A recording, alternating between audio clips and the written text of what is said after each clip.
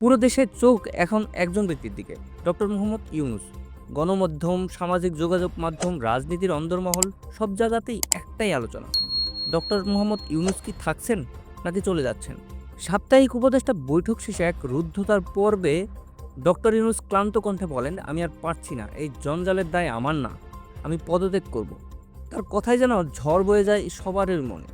Senior উপদেষ্টারা অনুরোধ করেন সিদ্ধান্ত একটু সময় নিয়ে নেয়ার জন্য। এমনকি এনসিপি নেতা নাহিদ ইসলামও বলেন, স্যার এখনই সিদ্ধান্ত নেবেন না। ডক্টর ইউনূসের অভিযোগ, রাজনৈতিক বিশৃঙ্খলার দায় তার ঘাড়ে চাপানো হচ্ছে, অথচ রাজনৈতিক ব্যক্তিরা দায় নিচ্ছেন না। তবে এই আলোচনার মাঝে সবার চোখ এখন টিভি স্ক্রিনে। ডক্টর ইউনূস কি সত্যি পদত্যাগ করছেন?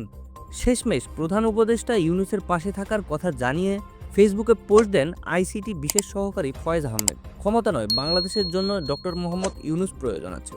এই সংকটে বাংলাদেশ একা নয়, তার পাশে আছেন একজন যিনি দায়িত্ব নিতে ভয় পান না। এটাই আজ দেশের জন্য সবচেয়ে বড় আশ্বাস।